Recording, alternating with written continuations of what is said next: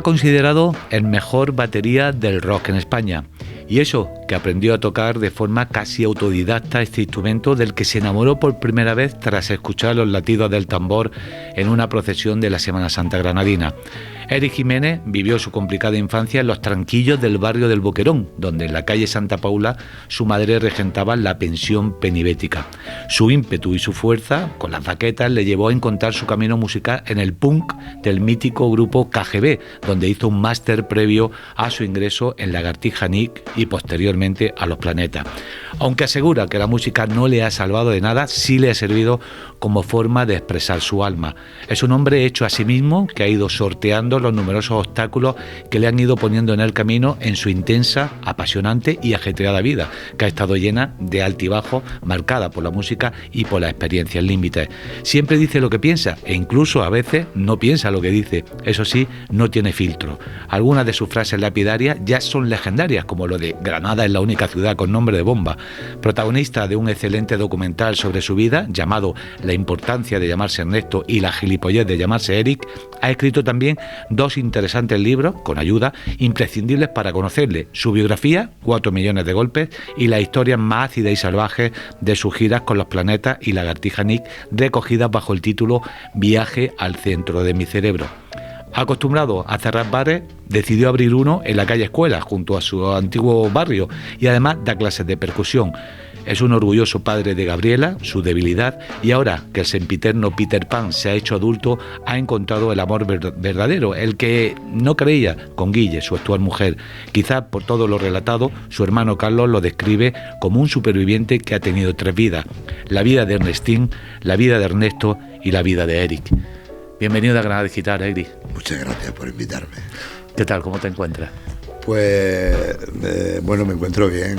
Me encuentro bien porque estoy en una etapa, pues, que estoy disfrutando mucho, ¿no? Siempre se piensa que se disfrutan las cosas cuando estás en la juventud, pero quizá el grado de experiencia de las cosas te hace disfrutarlas de otra manera, y ese es mi estado ahora mismo. Entre Ernestín, Ernesto y Eric, ¿quién prevalece en la actualidad? Ernestín nunca se va a ir, porque yo me he considerado siempre un niño, ¿no? De hecho, me considero tan niño que toda la gente que me conoce sabe que a mí, cuando por ejemplo voy a comer, lo que más me gusta es el menú infantil. Muchas veces voy a restaurantes bastante serios en los que tengo graves problemas por mi edad, por no quererme poner un menú infantil. De hecho, tengo los mismos vicios de pequeño que tenía con la golosina, ¿no? O sea, para mí ahora es un placer que una persona de mi edad siempre, pues, cuando tiene algo de poder adquisitivo, dice, bueno, me voy a pegar una mariscada. A mí me encanta ir a Belrós y llevarme las últimas 50 piruletas y poder pagarlas. Entonces, a ver, para mí me queda mucho Ernestín, porque también yo tuve una infancia que realmente no viví como un niño, ¿no? No viví como un niño, y luego tuve una adolescencia en la cual me caso muy pronto, entonces no me da tiempo ni a disfrutar de la infancia ni a disfrutar de la adolescencia. Quizá a los 30 años me tocó disfrutar un poco de la infancia y de la adolescencia, pero claro, ya era una edad que... Entonces siempre estoy en deuda con esa infancia, entonces no quiero perder esa parte, porque siempre me gusta llevarla muy dentro de mí. Me gusta hacerle imbécil como a nadie, ¿no? Y me gusta mucho el sentido del humor y me encanta esa locura que tienen los niños, ¿no? ¿Eres quien eres hoy día por tu pasado o a pesar de tu pasado? Yo creo que a pesar de mi pasado. A pesar de mi pasado, o sea, ten en cuenta que yo empiezo a vivir una serie de circunstancias cuando soy pequeño que realmente cuando las estoy viviendo no me afectan, porque yo no soy consciente de lo que estoy viviendo. Yo soy consciente cuando soy mayor, sobre todo cuando tengo una hija, ¿no? Que veo lo que es el cariño hacia una hija, veo lo que es una unidad familiar y y veo lo que es el cariño, que me costó muchísimo encontrarlo, ¿no? Entonces, gracias a eso, ¿no? Pues no he caído, no he sido, o sea, no he estado muy perjudicado en esa edad en la que tú te estás formando. Bueno, sí, he estado muy perjudicado a la hora de formarme porque no me he formado como una persona normal, ¿no? Pero no me ha afectado tanto, no me ha dado tiempo a compadecerme de mí mismo en el momento que estaba desarrollando mi personalidad, que sí me afectó a la hora de desarrollar mi personalidad, pero no a la hora de ejercer mis inquietudes culturales, ¿no? Menos mal, porque si no, si hubiera habido, probablemente no hubiera llegado aquí. Has triunfado en la escena musical, has hecho un documental, has publicado 2 libros, has tenido una hija, algo habrás plantado por ahí, no sé si has montado en globo. ¿Qué te queda por hacer? ¿Qué sueño te queda por cumplir? Pues la verdad es que me queda por cumplir. La verdad es que mis sueños no han sido muy ambiciosos, ¿no? Yo siempre he pensado que teniendo para comer una vez al día y teniendo para beber el resto del día, ya no me hace falta nada más, ¿no? Entonces, como mis sueños no han sido muy ambiciosos, creo que ahora estoy viviendo un sueño, porque tengo una hija maravillosa, tengo una mujer maravillosa y todavía tengo salud para poder estar tocando la batería, ¿no? Entonces, el único sueño que me queda por vivir es que este sueño que estoy viviendo sea lo más largo posible. ¿Te encuentras ya en paz o te queda alguna cuenta pendiente? Me quedan muchas cuentas pendientes, pero esas cuentas pendientes no podré saldarlas hasta que pase tiempo. Pero me quedan muchas cuentas pendientes. Me pareció excelente el documental sobre tu vida, estrenado hace un año, la importancia de llamarse Néstor y la gilipollez de llamarse Eric. Y yo creo que se te ve tal como eres, cuando estás tranquilo y también cuando estás histriónico. Sí. Ese Eric, ¿no? Sí, bueno, yo siempre he sido una persona muy tímida, ¿no? He sido una persona tan tímida que a veces en el colegio me confundían, ¿no? Porque yo hacía Rabona un día y me daba tanta vergüenza aparecer al día siguiente por haber hecho Rabona que hacía 6 meses. Entonces, claro, para muchos era un héroe, ¿no? De hecho, me nombraban delegado de clase porque yo nunca iba a estar para chivarme de quién podía hacer fechoría en esos cambios de clase, ¿no? Y lo que era al revés, era pura timidez, porque me daba vergüenza de haber faltado a clase, ¿no? Yo soy muy así, ¿no? Yo soy muy tranquilo y también ejerzo la malafollá granaína con mucho desparpajo, ¿no? Y claro, creo que a raíz de ser un hermano con una diferencia de edad de 13 años del resto de mis hermanos, me he encontrado tan solo que siempre el único contacto con la gente y el único, mi burbuja de confort y mi primera aceptación es el público, ¿no? Entonces quizá siempre tenga un afán de protagonismo, ¿no? Pero yo creo que por trauma, más que por otra cosa, ¿no? Por sentirme la persona más pequeña del mundo y sobre todo tener eso inculcado desde pequeño, de considerarme que soy un mal futbolista, soy un mal espeleólogo. Todos los niños jugaban a esas cosas que a mí me daban miedo. Y luego me dijo un oculista que quizá era porque no veía nada. Y entonces a mí me daba miedo meterme en un patio de colegio con 70 partidos de fútbol, 20 pelotas y encima portero, porque siempre a los porteros nos ponían, o sea, a los que menos sabíamos de fútbol nos ponían de portero. Y es curioso, ¿no? Porque portero es como una similitud al batería, ¿no? Al que está siempre detrás, ¿no? Entonces yo creo que de sentirme tan poca cosa, ¿no? De pequeño, quizá por eso siempre he querido destacar y quizá por eso se forjó mi personalidad de expresar tanto en la batería, ¿no? De hecho, cuando se cumplió uno de mis sueños, que fue ser rey mago de la cabalgata de los Reyes Magos, de manera intuitiva tiraba los caramelos como tocaba la batería, ¿no? estuve a punto de arruinar el ayuntamiento. Y sacar un ojo a algún niño. Bueno, si no, dabas con ese ímpetu y esa fuerza. No, pero tengo experiencia en la tirada de caramelos para no darle a los niños. Eran más peligrosos los niños que el Rey Mago, ¿no? Porque cuando te veas arriba, ahí arriba, es maravilloso, ¿no? Es alucinante, ¿no? Porque empiezas a tener como recuerdo de cuando tú estabas abajo, ¿no? Y ahora dice, ahora soy parte del fraude. Y del engaño. Desde otra perspectiva, ¿no? Un engaño maravilloso, maravilloso, ¿no? Sí. Pero sí empieza a haber niños amenazándote con paraguas, con tirachinas, abuelos insultándote con cajas de cartón, y entonces empieza a ver un poco como Walking Dead, ¿no? A decir, como yo me caiga aquí, ¿no? De la carroza, me van a dar la del pulpo, ¿no? Y así, fue muy emocionante. Sí, por eso yo creo que siempre tengo ese contraste de muy tranquilo o liando un pollo del carajo. ¿Y de qué fue la idea de llamarte Eric? Bueno, eso fue porque en aquella época, en los años 70, cuando estaban los bañadores Meiba y yo iba al Muñecas, pues me acuerdo que me hicieron un pelado que se me quedó el pelo de punta. Entonces me llamaban Erizo, simplemente por eso, ¿no? El Erizo. Entonces ya en el barrio nadie me conocía por Ernesto, no me conocía por el Eri. Mucha gente se cree que es nombre artístico, pero no, para nada, ¿no? De hecho, en los discos de KGB sale con K, en otros salen con C, en otros sale con C y con K. No es nada puesto, porque entre otras cosas no...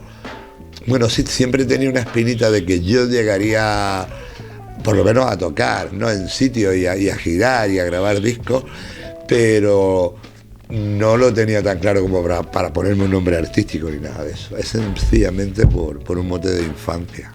¿Y de esa infancia en el barrio del Boquerón, con qué te quedas? Me quedo con muchas cosas. Me quedo con las tunas, ¿no? Con las tunas que es lo más parecido a los Cure, ¿no? Porque van vestidos de negro y siempre lo he odiado, ¿no? Siempre lo he odiado, me ha parecido patético. Pero sí he amado lo que es el círculo estudiantil, ¿no? O sea, es muy difícil de explicar, pero a ver si puedo explicarlo. No me gustan las rondallas, para nada, pero sí me gusta el ambiente estudiantil que se creaba en aquellos entonces, en las tabernas, cuando había bares como el Mascali, cuando estaban las bodegas de Pedro, y cuando por supuesto nos despertaban esperpentos maravillosos como María la Borracha diciendo, o me da un duro o te echo la boca, ¿no? Y entonces empezaba la mujer detrás tuya, cachirulo maricón del culo, cachirulo maricón del culo. Y entonces eso era maravilloso, esos esperpentos en una Granada que todavía había sereno. No me refiero a que no beban, porque ahora tampoco, no hay ninguno. No hay ni serenos que te abran la puerta, ni serenos que vayan a las 12 por la calle. O sea que Granada es una ciudad con ausencia de serenos, ¿no? Y me acuerdo de escuchar en el barrio a las 12 de la noche, sereno, que te abrían la puerta, ¿no? Entonces era una Granada muy sepia, ¿no? Yo me acuerdo que yo hablando un día con Valdivieso, amigo de Lorca, ¿no? Yo cuando lo conocí, yo siempre he sido un amante de Granada y he sido muy fan de Juan Bustos y colecciono libros de Granada porque me encanta el saber de mi ciudad. Yo le decía a él, bueno, Puerta Real tiene que ser maravillosa, y decía, a las 5 de la tarde, que Federico decía, me encanta pasear con nadie, olía un pestazo a mierda de caballo de cojones, ¿no? Y esa es la realidad, ¿no? Pues yo todavía me acuerdo de ese barrio, tener esa esencia que yo creo que prácticamente desde la época de la guerra, desde el 36 hasta los años 70, varió muy poco. Porque todo seguía siendo muy gris, seguía siendo muy sepia. Había personajes muy turbios, personajes que quizá podían pertenecer a la generación beat, a William Burroughs, ¿no? Borrachos de los que dan miedo, ¿no? Hombres que le enseñaban su florido pensil, ¿no? A las colegialas, ¿no?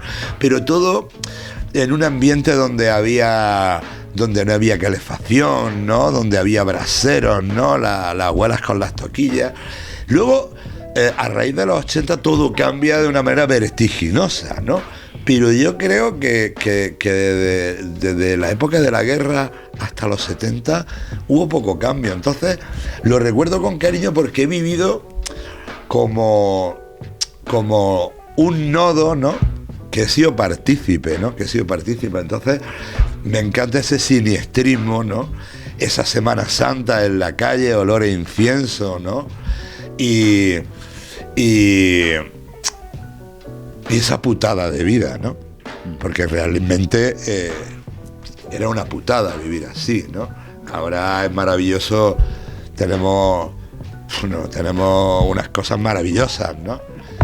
Pero me gusta haberlo vivido, ¿no? Es como cuando mucha gente dice, quiero ir a Cuba, ¿no? Para ver esta Cuba antes de que todo se vaya al garete, ¿no? Pues yo he tenido la suerte, ¿no? de vivir eso. Y cuando digo la suerte es oler eso, ¿no? Entonces eso es lo que más me gusta del barrio, ese recuerdo en blanco y negro. No vamos a profundizar en los problemas de tu infancia porque ya queda ampliamente retratada en tu biografía y, en el documental. Pero sí me gustaría que me hablara de lo que significó tu madre para ti. Sí. Porque fue una persona que tuvo que sacar ella sola adelante, ¿no? Sí, exactamente. Mi madre para mí ha sido una conformista siempre, ¿no? Mi madre vive engañada como muchísimas mujeres de esa época, porque ahora al salir el documental, que yo cuento que mi madre es madre soltera, que es amante, pero se mete de una manera de amante en aquella época toda la gente era muy católica. Si mi madre sabe que con el señor que está saliendo, está casado, no se le hubiera ni ocurrido, ¿no? Tener relaciones, ¿no?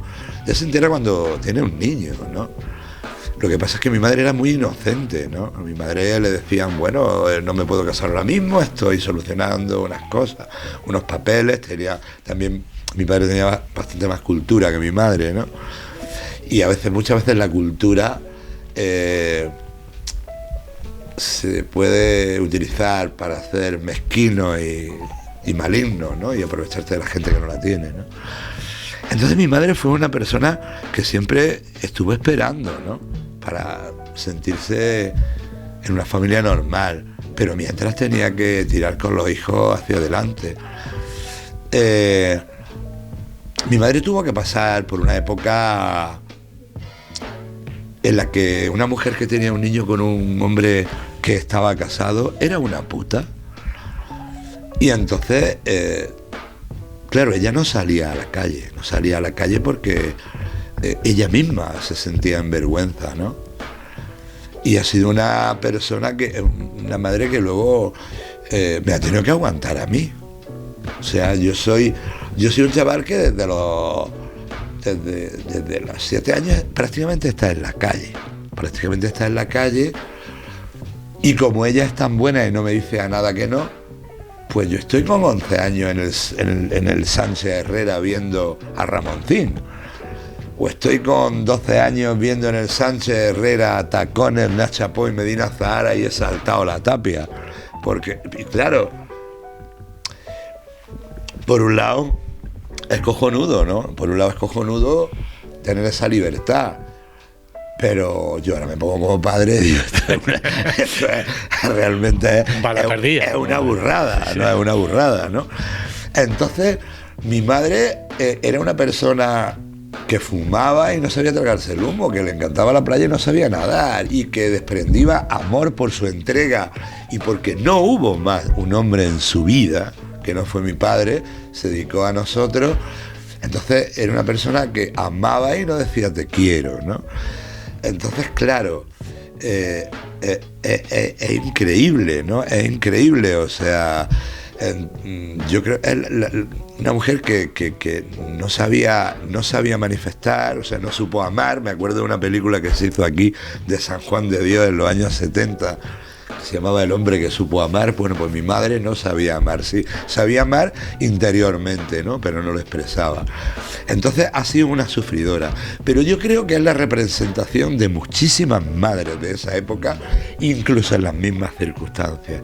Porque yo después del libro me escribía mucha gente diciendo, mi madre también fue madre soltera, mi madre la tuvieron que acoger, porque ahora existe el poliamor, pero el poliamor ha existido toda la puta vida, lo que pasa es que han tenido el morro de ocultarlo, ¿no? O sea, el principio del poliamor está en esa época, ¿no? Yo creo que cualquier señor pudiente tenía su mujer, que es la que iba a cuidar de su hijo, y luego iba a tener pues su amante y hijos con más gente.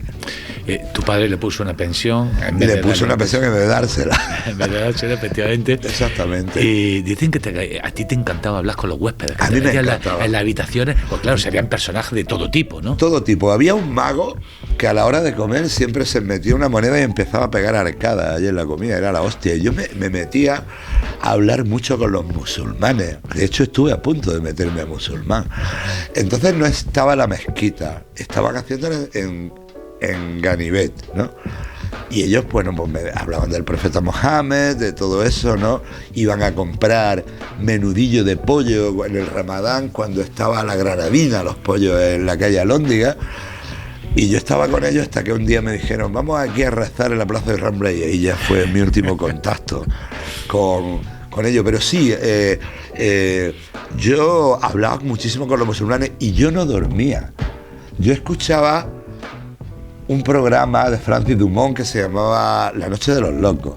En la cadena SER. En la cadena SER. De hecho, llamé un día y una de mis primeras actuaciones fue tocando la guitarra en ese programa. Y claro, yo me acuerdo que había una saga que era la saga de los porretas, que era como a las 6 de la mañana. Yo nunca he tomado café, pero yo me encerraba en la habitación de la pensión y estaba con todos los huéspedes que estaban haciendo artesanía para vender por la mañana en Puerta Real y por ahí.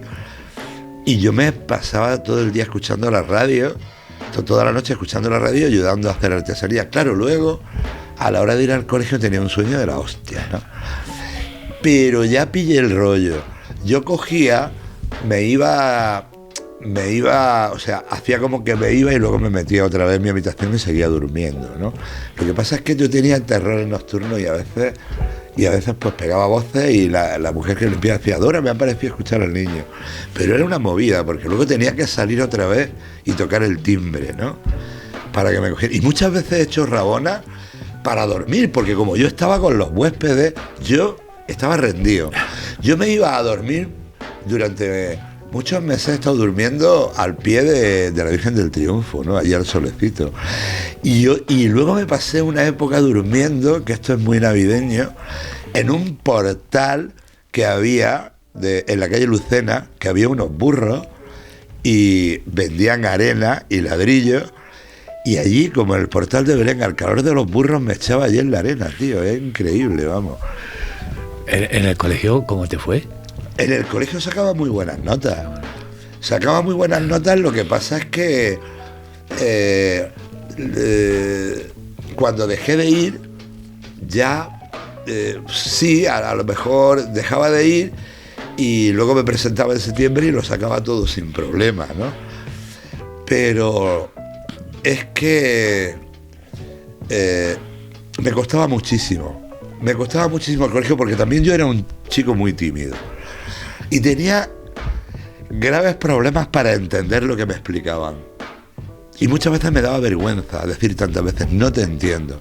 También creo que el sistema que había antes de enseñanza, si no tenía alguien que te ayudara. Luego también ten en cuenta que yo en mi casa no me podía ayudar nadie. Mis hermanos tenían, unos trabajaban, otros, había una diferencia de 13, 14 años, casi no estaban en casa. Mi madre era analfabeta.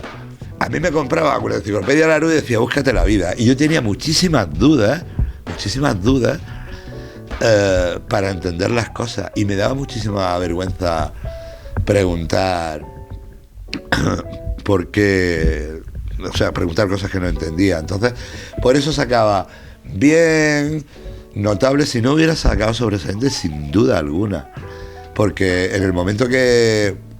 O sea, cuando yo iba en septiembre, iba a un curso en agosto, siempre aprobaba con sobresaliente, ¿no? Lo que pasa es que le pillé el rollo a no ir.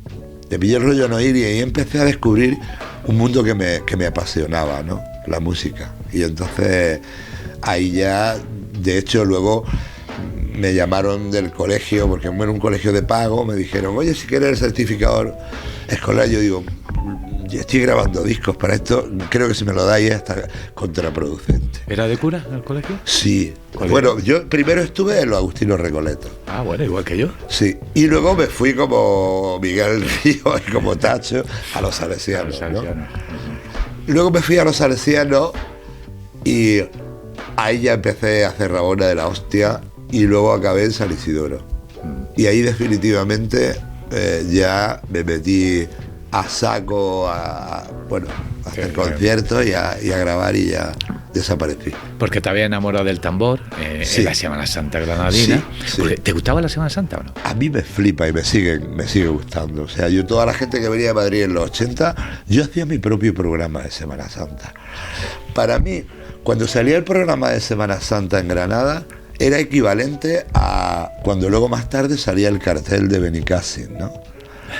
Porque antiguamente cambiaban los itinerarios, ¿no? Era continuamente cambiando los itinerarios, cambiando el recorrido. Entonces a mí me alucinaba, claro, yo no tenía acceso a los programas de Semana Santa porque yo era muy pequeño, pero yo siempre le decía a mi hermano me traía el programa de Semana Santa como algo, un acontecimiento. Y yo como vivía ahí, pues yo me iba siempre a tribuna. Lo veía en tribuna, pero lo veía en tribuna.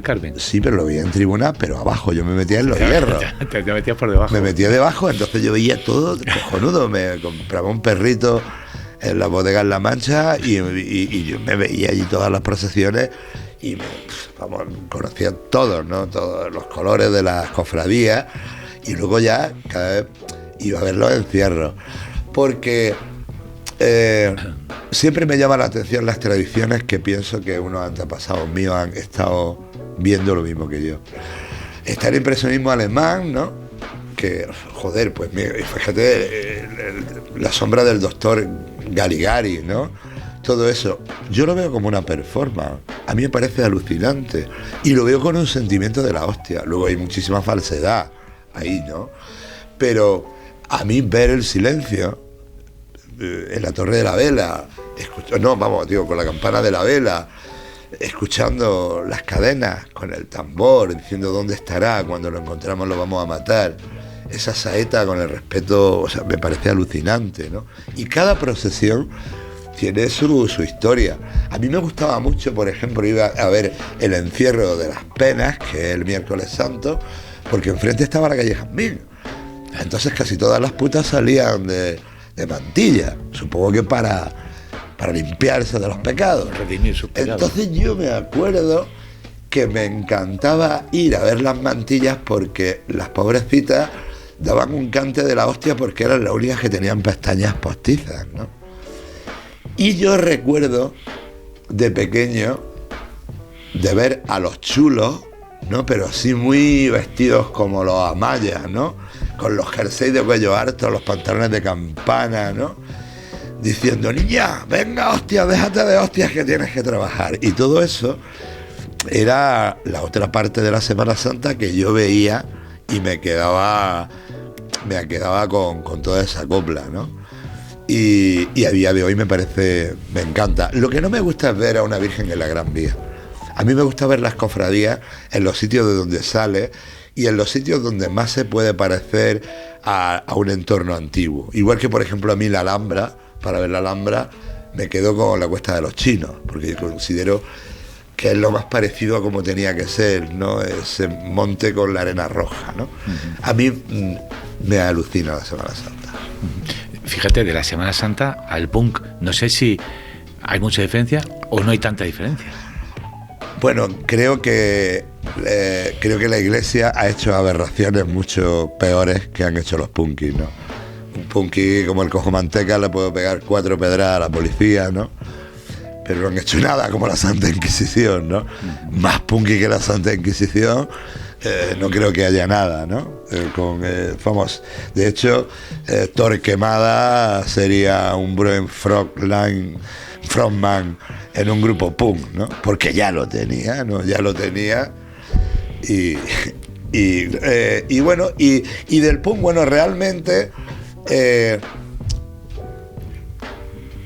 la Semana Santa tiene un Halloween que realmente acojona, ¿no? La tontería que tienen los americanos con calabacitas, esto acojona de verdad, ¿no? Hay muertos, ¿no?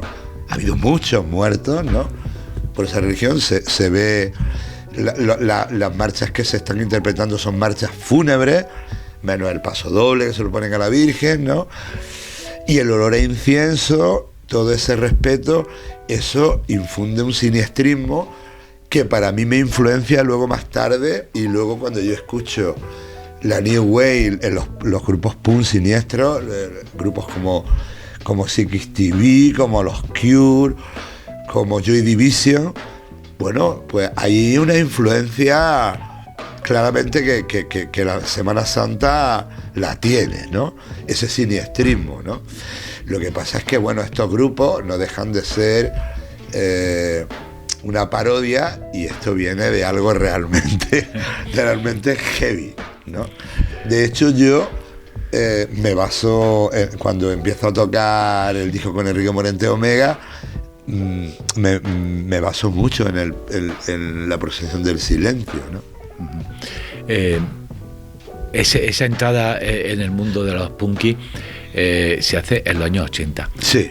¿Fueron tan míticos como los recordamos o no vamos a crear nuestra fantasía en la cabeza? No. Fueron míticos, sí fueron míticos. Fueron muy míticos. Quiero decir, pero no el punk, fue todo. O sea, estábamos en una España incomunicada.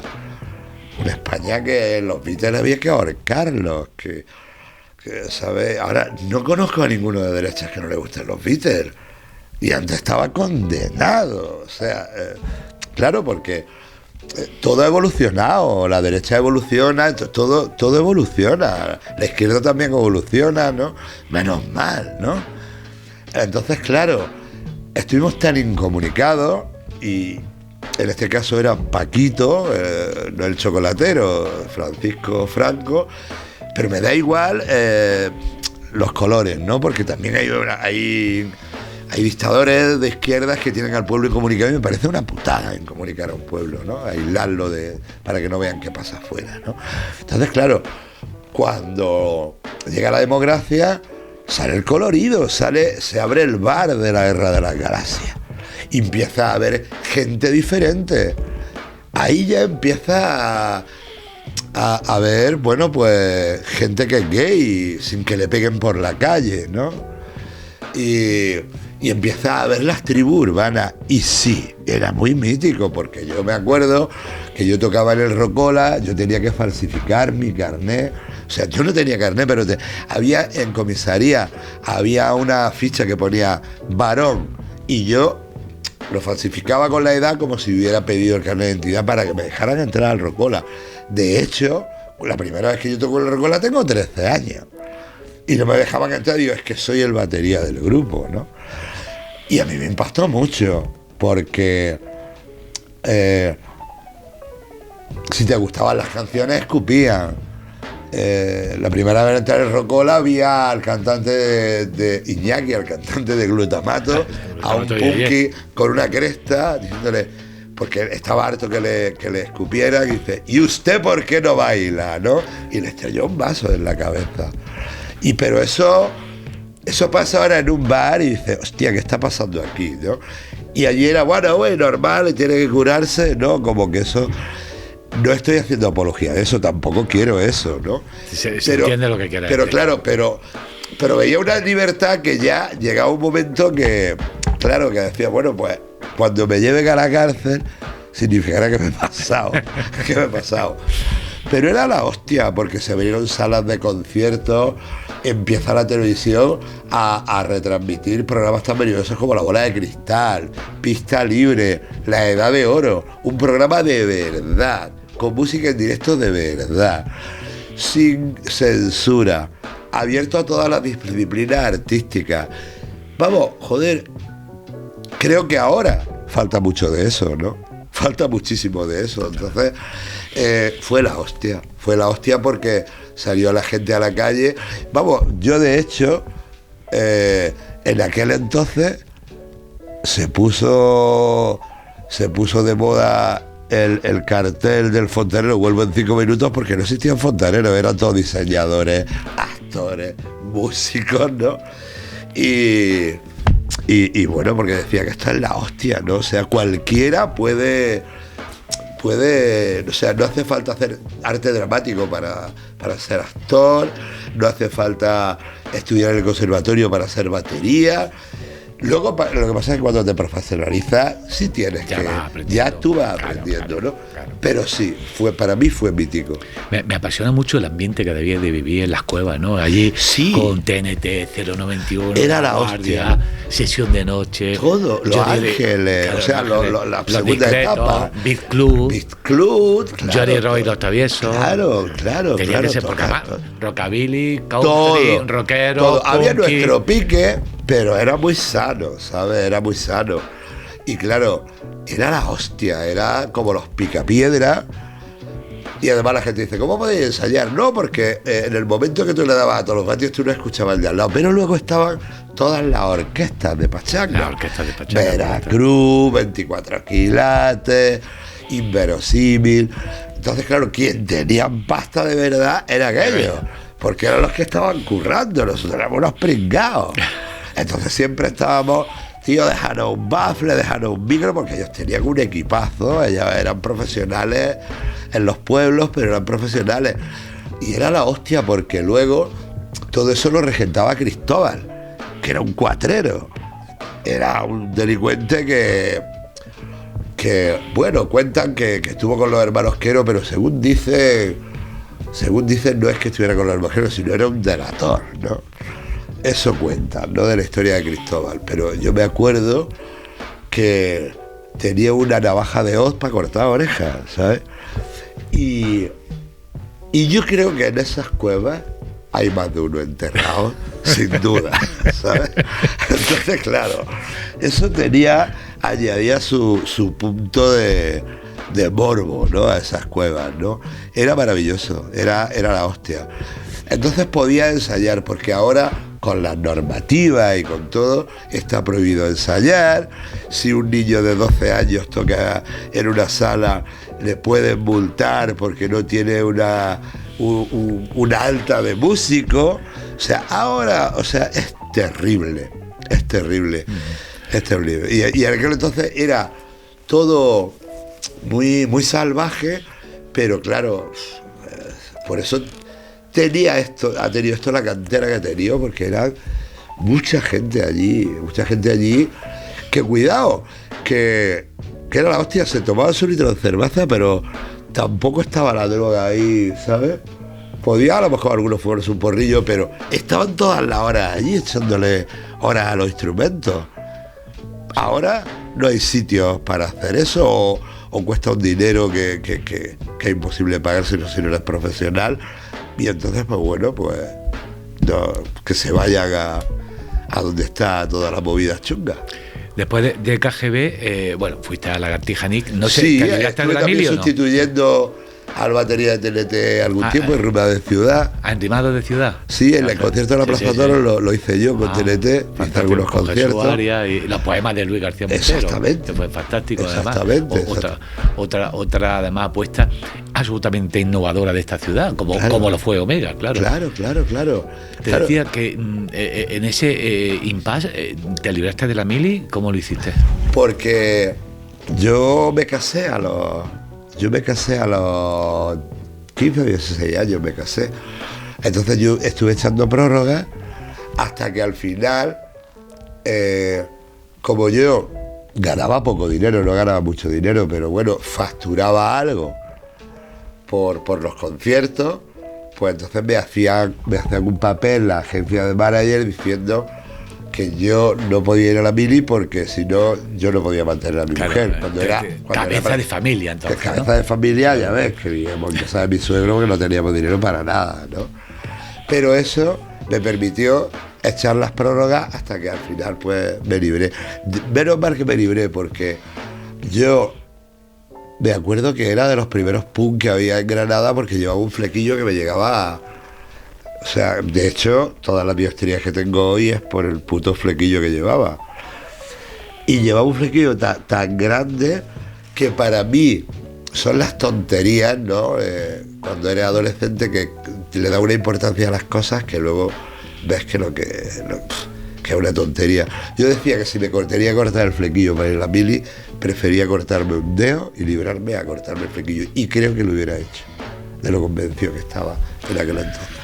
El Lagartija Nick, que también tenéis una época preciosa, sí. Además, de muy buena música, sí. Pero tocáis el cielo cuando conocéis a Enrique Morente y se hace Omega. Yo a Omega, que lo considero uno de los 10 mejores discos de la historia de España, no solo de rock, de la historia de España, a mí me lo parece. Sí, no sé, un gran disco. Tiene que haber sido una experiencia tremenda. Fue una tremenda. Fue emocionante, fue una locura, fue un éxito, fue una tragedia, o sea, es todo. Bueno, al flamenco ortodoxo me imagino que le sentó fatal, ¿no? Y al rock ortodoxo. ¿Qué coño hacéis con esos gitanos? Nos decían. O sea, ¿qué voy a hacer, rumbita? Ellos no entendían un tío cantando flamenco con nosotros.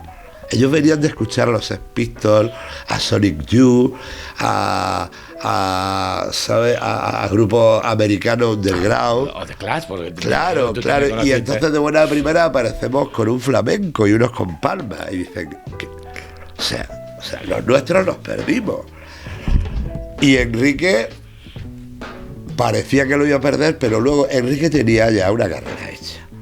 Y Enrique ya tenía demostrado unos cimientos que bueno, que en el momento que le podían reprochar ese disco, como se lo reprocharon a Camarón, pero luego cuando él fuera a su teatro iban a ir a verlo porque él ya había demostrado y ya la gente sabía el pedazo de artista que era, ¿no? Pero ahí hubo hostias y de hecho casi toda la gente que estuvo en contra del disco son los que salen en el documental diciendo que estaban a favor. O sea que, ¿sabes? ¿Qué recuerdo tienes de Enrique? De Enrique tengo recuerdos maravillosos porque Enrique y yo hicimos unas migas de la hostia. Enrique siempre le ha gustado como a mí el humor negro. O sea, nos encanta, nosotros somos muy Buñuel, muy berlanga, ¿no? Entonces, nosotros cuando veamos una cosa más esperpéntica nos gusta mucho más en nuestro hábitat, ¿no? De hecho yo he acabado con Enrique muchas noches con los personajes que han sido maravillosos, pero cuidado, siempre de respeto, nunca riéndonos de ellos, ¿no? Dividirnos con ellos. Exactamente, siendo partícipe de su locura, ¿no? Uh-huh. No reírte de la pedra de uno, ¿no? Sino, o sea, cada uno, porque Enrique tenía la suya, yo tengo la mía, o sea, que aquí no hemos estado en una cena sin piedra, cada uno hemos llevado la nuestra, ¿sabes? Y tengo recuerdos geniales, tengo recuerdos de estar durmiendo y decir, Eri, ¿pero qué haces durmiendo a las 4 de la mañana? Claro, irme para la tertulia, vestirme, me pasa Enrique y dice, no, que llega hasta ahora y esta hora no son horas de llegar a mi casa. Entonces, claro, pues ya pues empezábamos ya a hablar y bueno, nos pasábamos las horas muertas hablando y bueno, y siempre pues, de hecho, hicimos tan buenas migas que luego cuando yo no fui, cuando se estrenó Omega, yo no fui porque me fui, pero luego cuando después de 10 años hacemos una gira internacional y vamos por todos los festivales y ya toda la gente si quiere el Omega y en la hostia, pues ya me llevó con él, ¿no? Ya me llevó con su espectáculo y yo iba a tocar 3 canciones. Yo decía, Enrique, ¿me llevas para 3 canciones? Y dice, sí, te llevo para 3 canciones. Y tengo recuerdos acojonantes, ¿no? Tengo recuerdos, por ejemplo, en el liceo, estaba el liceo a reventar lleno, y estábamos grabando para la película, creo que era Picasso o El Barbet, no me acuerdo, era de Barrachina la película, no me acuerdo bien ahora mismo del tío, pero estábamos grabando para esa película. Y a mí me decía Enrique, tú sales en la tercera y en la cuarta, porque claro, él tampoco ponía en el repertorio cómo se llamaban las canciones. Decía, Soleá el niño de la polola. Yo no sé quién coño es la polola, ni quién es el niño, ni... Y en aquello entonces, dudo que esto supiera lo que era una soleá, ¿no? Y entonces, decía, esto es la tercera. Entonces yo me sentaba en la tercera, me miraba, se reía y veía que empezaba otra. Y yo decía, ¿y ahora qué coño hago? Si me voy a una falta de respeto. Y bueno, pues me quedo aquí en la batería mirándolo, ¿no? Y cuando me iba decía, con todos ustedes, Eric Jiménez, y volvía otra vez. Entonces era la hostia. De hecho, a mí me gastó una pequeña putada que a mí me encantó, porque esos retos son los que realmente me encantan, y es donde dice, aquí o viene el duende o viene hostias, ¿no? Y es que en los bises del liceo, yo ya había respirado, pues decía, ha salido de puta madre, ha salido bien, yo ya estoy entre bastidores, yo ya no. Y me dicen los de monitores, ¿qué te está llamando? Por favor, Eric Jiménez al escenario. Digo, hostia. Claro, salí y era una improvisación, tío. Era una improvisación. Claro, a él le gustaba mucho improvisar conmigo el cante libre, que no hay medida. Entonces, claro, a él le encantaba porque decía y le respondía y se animaba a él. Eso que lo hago ahora mucho, a veces lo he hecho con el niño de Elche, que también le gusta improvisar ese tipo de cosas conmigo, porque es como una pelea entre cantador, ¿no? Y un batería que trata las baquetas como si fueran los tacones de un bailador. Y entonces dije, hostia, en la que me he metido, ¿no? Pero bueno, salimos airosos, ¿no? Entonces dije, joder, qué guay, si no me hubiera llamado no hubiera salido esto, correcto, ¿no? Conociendo tu inicio, la verdad es que a mí me sorprendió que te metieras en una banda indie. Era raro que un punky de pronto empezara a tocar con los Planetas, pero funcionó. Y además participaste en otro de los discos que van a pasar a la historia de la música en España, que fue el de Una semana en el motor de... Sí, ahí fue cuando me metí de lleno. Sí. Sí, la verdad es que, bueno, vamos a ver, yo estaba muy viciado a la música punk y a todo lo que no bajaba de 100 y pico revoluciones por minuto no me interesaba. Pero eso era fallo mío. En aquellos entonces, igual que en la música, los indie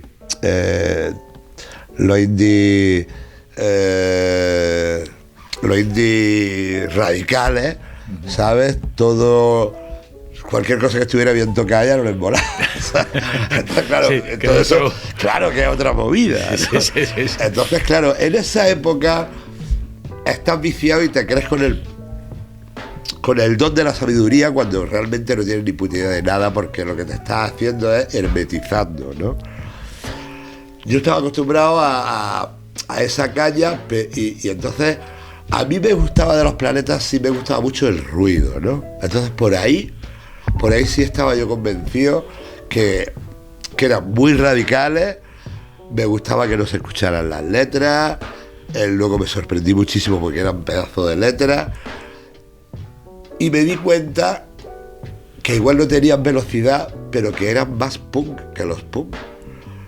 Pero en cuanto a todo, en cuanto a consumo de droga, en cuanto a pasarse por el forro de los huevos, todo, las multinacionales, los managers, todo. Entonces dije, bueno, yo me di cuenta de que de lo que yo me enamoro es de la actitud, ¿no? Y yo creo que las grandes cosas se hacen con eso, con actitud.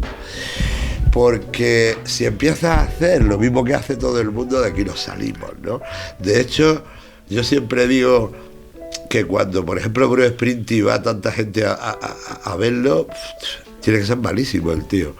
Porque convencer a tanta gente no puede ser nada bueno, ¿no? Entonces, sí, me meto con ellos y ellos me enseñan los medios tiempos, me enseñan showgaze, el tiempo muy calmado, y entonces empiezo a descubrir en mí que empiezo a hacer unos desarrollos psicodélicos de baterías que antes no podía haberlo hecho porque no trabajaba esos tiempos. Y con quién mejor con ellos que lo adornan con ruido, porque tú puedes trabajar esas baterías en tiempos muy lentos, pero con una música. Yo siempre he estado con el ruido, ¿no?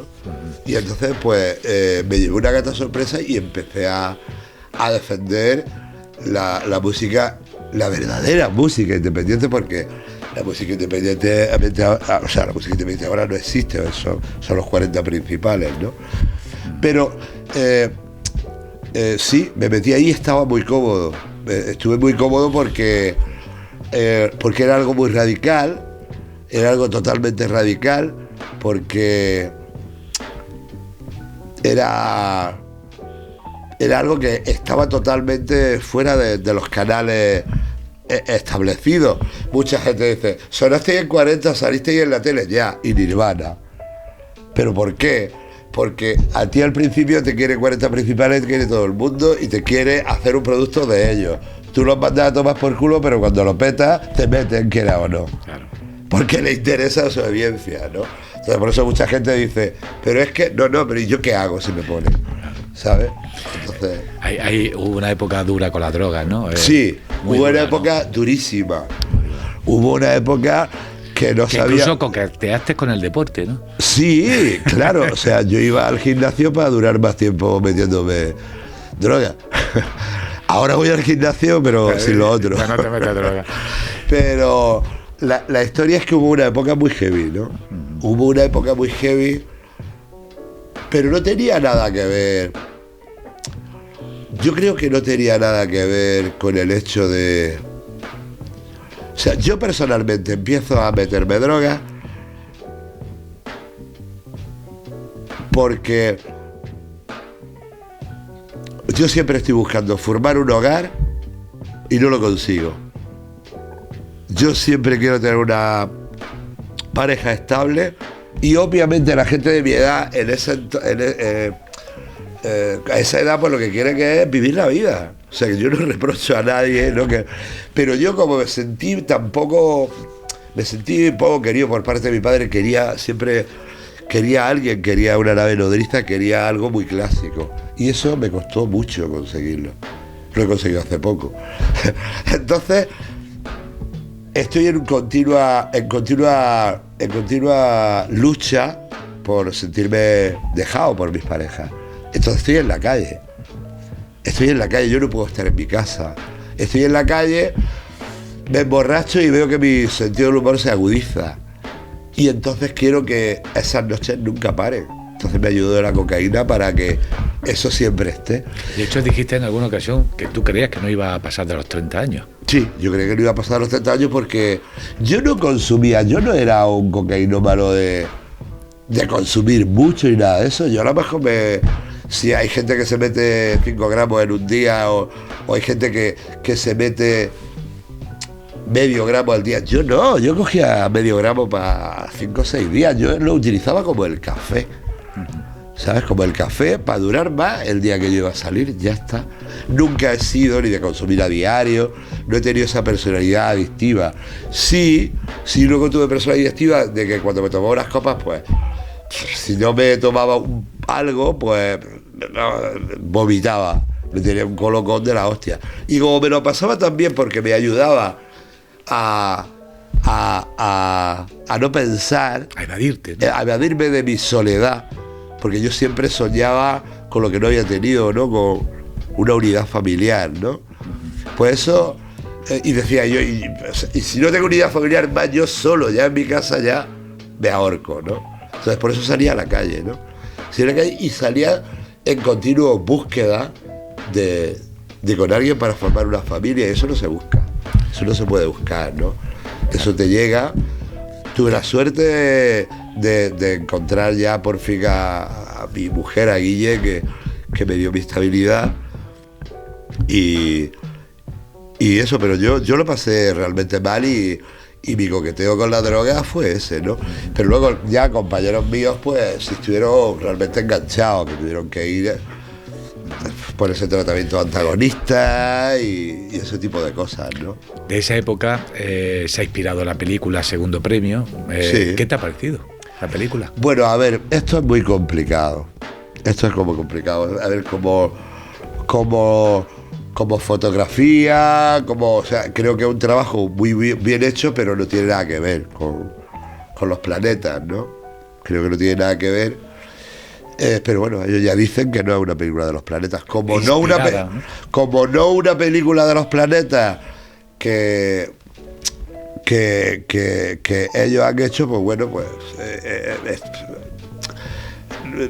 me gusta mucho la caracterización de la Granada de aquel entonces, que está muy conseguida, ¿no? ¿Pero a ti te ha gustado la película? Esto es muy complicado. A mí la película me ha gustado cosas y otras no me han gustado. Reconozco un trabajo de la hostia por parte de Isaki, ¿no? De Isaki, por parte de la productora, todo. Y por parte de algunos de los actores, genial, ¿no? Pero no sé, es que me cuesta mucho trabajo separar al grupo de la película. Entonces, por eso ni yo mismo te puedo decir. O sea, yo reconozco un buen trabajo, pero ahora mismo no sé contestarte. Tiene que pasar el tiempo para poder sacar una reflexión de verdad. ¿Te sientes identificado por tu personaje en la película? Me siento identificado tocando. Yo nunca he meado en el Albaicín. He sido muy pudoroso.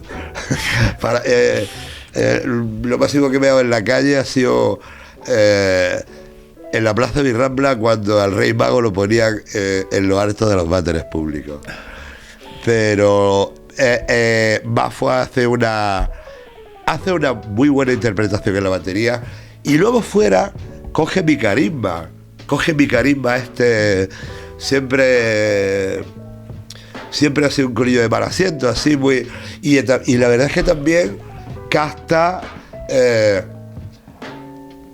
esa capacidad de trabajo, porque mucha gente se cree que yo estoy en las drogas, que la batería, yo ahora acabo de los conciertos y me voy al hotel echando de hostia, o sea, me voy, si viene mi mujer, si vamos por ahí, pero yo ahora tengo un volumen de trabajo probablemente hay días que trabajo 18 horas, ¿no? Y es agotador, pero nunca he trabajado más en mi vida que ahora, ¿no? También, ¿qué pasa? Pues que toco con Planeta, o toco con Lagartija, claro.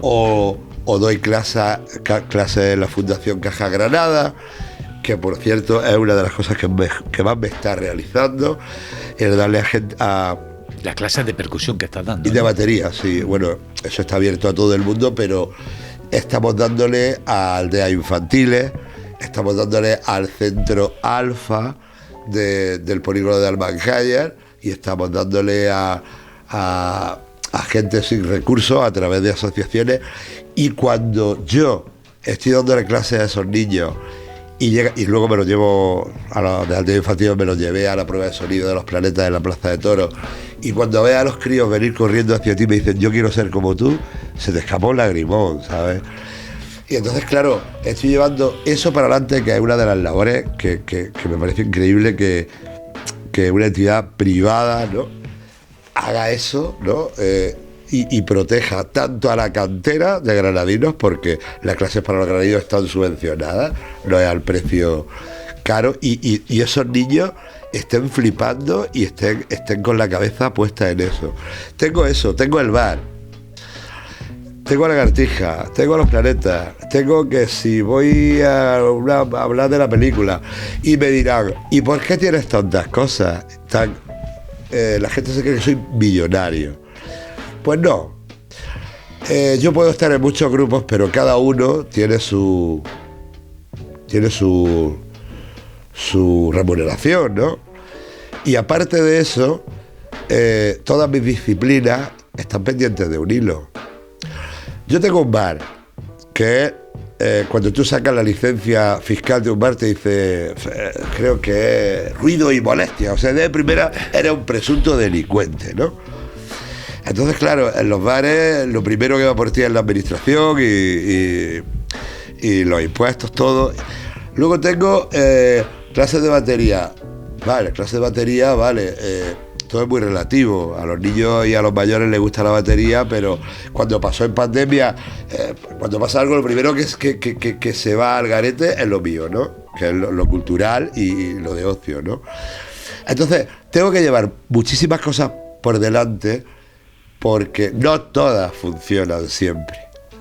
Yo he podido estar con Los Planetas, que es un grupo que tiene grandes cachés, pero yo he podido estar, pero igual también se han tirado 3 años que han hecho un concierto, ¿sabes? Y luego yo tengo un bar que no tiene una infraestructura, que es un bar que si lo llevara una familia sería muy rentable, pero si no lo lleva una familia y yo no me meto ahí a currar, son pérdidas.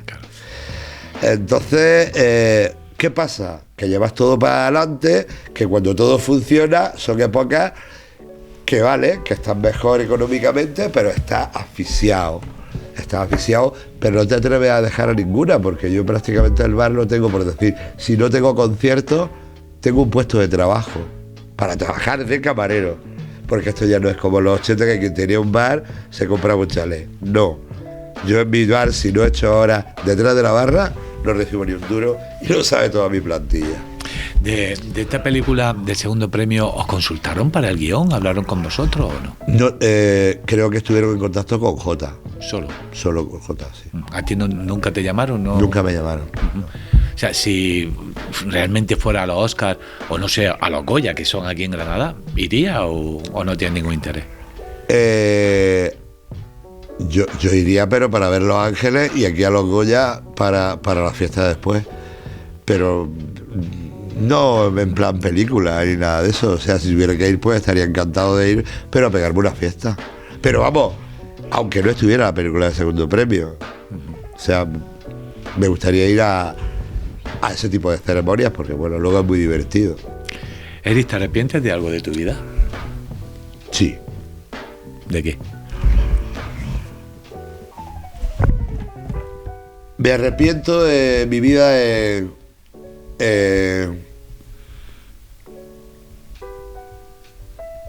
en cuando haces negocios o emprendes cosas,